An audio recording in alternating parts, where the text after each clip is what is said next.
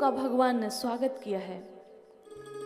स्वागतम वो महाभागा प्रियम क्यों करवाणिवा ब्रजस्याना मयम कच्चिद ब्रूतागमन कार्य।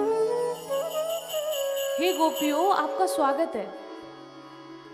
बहुत प्रसन्नता हुई कि आप यहाँ पर आई हो, लेकिन ब्रूतागमन कारणम, आने का कारण क्या है, क्यों आई हो? अच्छा, मुझे लगता है कि आज शरद पूर्णिमा की रात्रि है, चंपा चमेली आदि के पुष्प खिले हुए हैं, मंद सुगंध वायु चल रही है और चंद्रमा की चांदनी बिखरी हुई है। इन रश्मियों को देखने के लिए तुम आई हो, ये सुनहरा वातावरण, इसको देखने के लिए आई हो। गोपियां कुछ भी नहीं बोली। भगवान ने कहा, क्या तुम मुझसे मिलने के लिए आई हो? मुझे प्रेम करती हो इसलिए आई हो? अगर इसलिए आई हो तो कोई बड़ी बात नहीं है, क्योंकि मुझे तो पूरा संसार प्रेम करता है। प्रियते मई जंतवा, सभी मुझे प्रेम करते हैं। अच्छा, ऐसा करो, रात्रि का समय है, तुम सब अपने घर वापस चले जाओ। अगर तुम्हारे पति जिनका विवाह नहीं हुआ था उनसे कहा कि तुम्हारे पिता, तुम्हारा परिवार इतनी रात्रि में अगर तुम्हें यहाँ देखेगा तो कुछ और ही सोच बैठेगा। और तुम नहीं जानती हो गोपियां, भले घर की जो स्त्रियां होती हैं वो रात्रि में पर पुरुष के पास नहीं जाती हैं। तब गोपियों ने भगवान से कहा, सुखदेव जी लिखते हैं कि जो उनके मन में कामना थी कि कृष्ण को प्राप्त करेंगे, आज उनका अंग संग पाएंगे, समय बिताएंगे, तो आज भग्न संकल्पा, वो सारे संकल्प भंग हो गए। इतनी दिनों से प्रतीक्षा कर रहे थे कि हमें उनका दर्शन मिलेगा, हम एकांत में बैठकर कुछ अपने हृदय की बात कहेंगे कि तुम्हें पाने के लिए हमने क्या क्या किया, तुमसे हम कैसे मिलती हैं, तुमको हम कैसे निहारती हैं, कैसे हम यमुना जी में जल भरने के बहाने तुम्हारी बेड़ू वादन को सुनती हैं, कैसे तुम्हारा एक झलक पाने के लिए मैया यशोदा से तरह तरह की तुम्हारी शिकायतें करती हैं। आज ये सब बातें हम कहेंगे। सुखदेव जी लिखते हैं, भग्न संकल्पा, धरती को कुरेदने लगे अपने नाखून से। ये सारी बातें लिखी हुई हैं, धरती को कुरेद रही हैं अपने पैर के नाखूनों से। सुखदेव जी कह रहे, मानो गोपियां कहना चाहती हैं कि हे धरती मैया, जैसे आपने माता सीता को स्थान दिया, अपने हृदय में समा लिया, आप थोड़ा सा मुझे स्थान दीजिए, मुझे अपने में समा लीजिए, क्योंकि जिनके लिए हम सबको छोड़ के आई हैं और आज वो ही हमें धिक्कार रहे हैं। क्यों आई हो, किस लिए आई हो, तुम्हें नहीं आना चाहिए था। कहते हैं पर पुरुष के पास, नहीं नहीं, हम परम पुरुष के पास आए हैं। पर पुरुष तो वो हैं जिनको छोड़ कर आए हैं, वो इस संसार के पति हैं और आप पूरे संसार के पति हो, क्योंकि यहाँ जीव का जीव से अनुबंध होता है। संबंध तो हमारा परमात्मा से है। इस जन्म के बाद भी संबंध होगा और उसके बाद भी हमारा संबंध होगा और अभी भी संबंध है। और इस संसार में क्या होता है, आपको पता है कि जिनसे आपका विवाह हुआ है उससे दूसरा जन्म होगा तो उसमें भी उन्हीं से विवाह होगा। पता है किसी को? अरे दूसरा जन्म तो छोड़ो, इस जन्म में 2-4 साल में कोर्ट में पहुंच जाते हो। तो आपका संबंध नहीं है, आपका अनुबंध है। संबंध तो परमात्मा से है।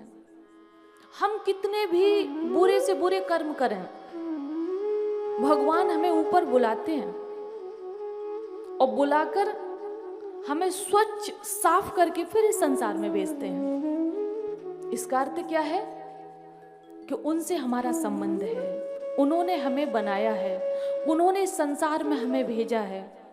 हम गलती करते तो फिर बुलाते हैं, हमें साफ सुंदर करते, पवित्र करते हैं, हमारे पापों को धोते हैं और फिर इस संसार में भेज देते हैं। तो हमारा वास्तविक संबंध किससे है? उनसे है।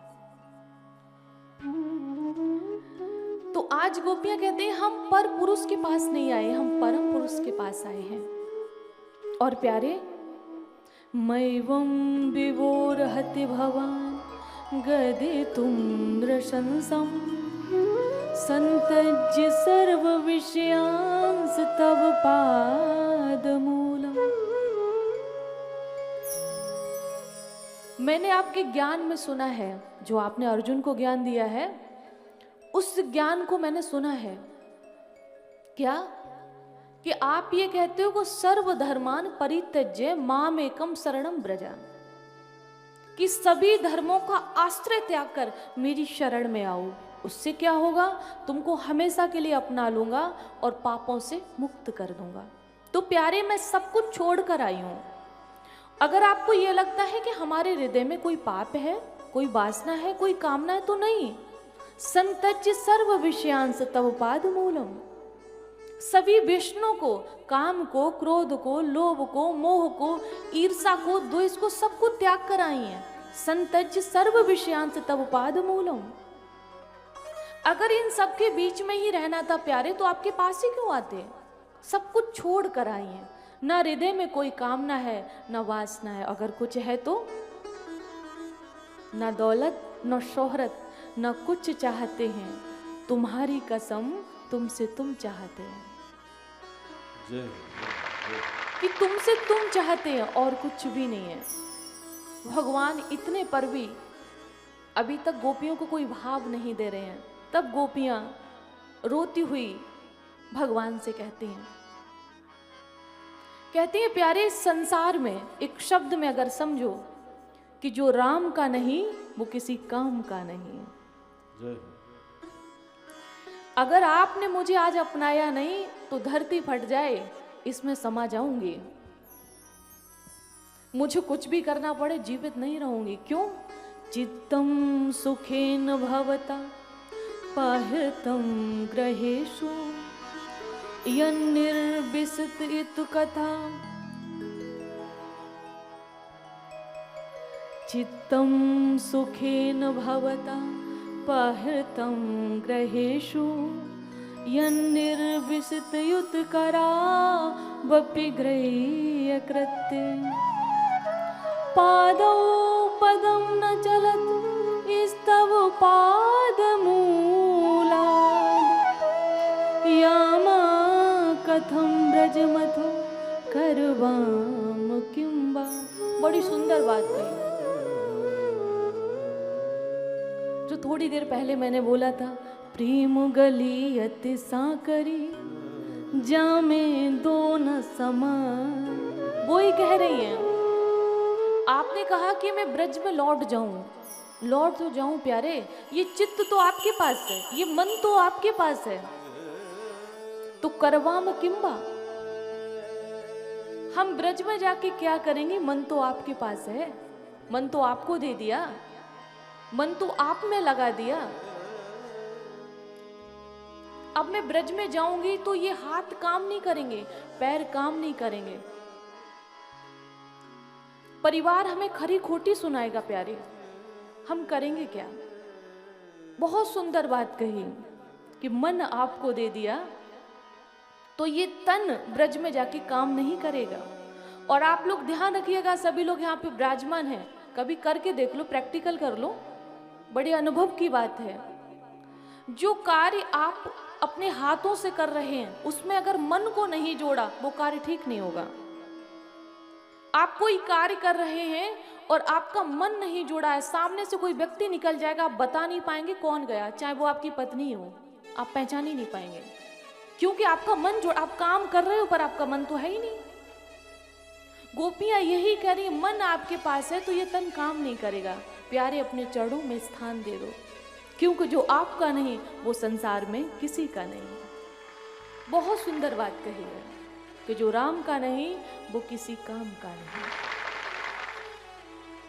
इतने में राधा जी आ गई, और राधा जी आ गई तो वहां पर रास विहार शुरू हुआ। और जब रास विहार शुरू हुआ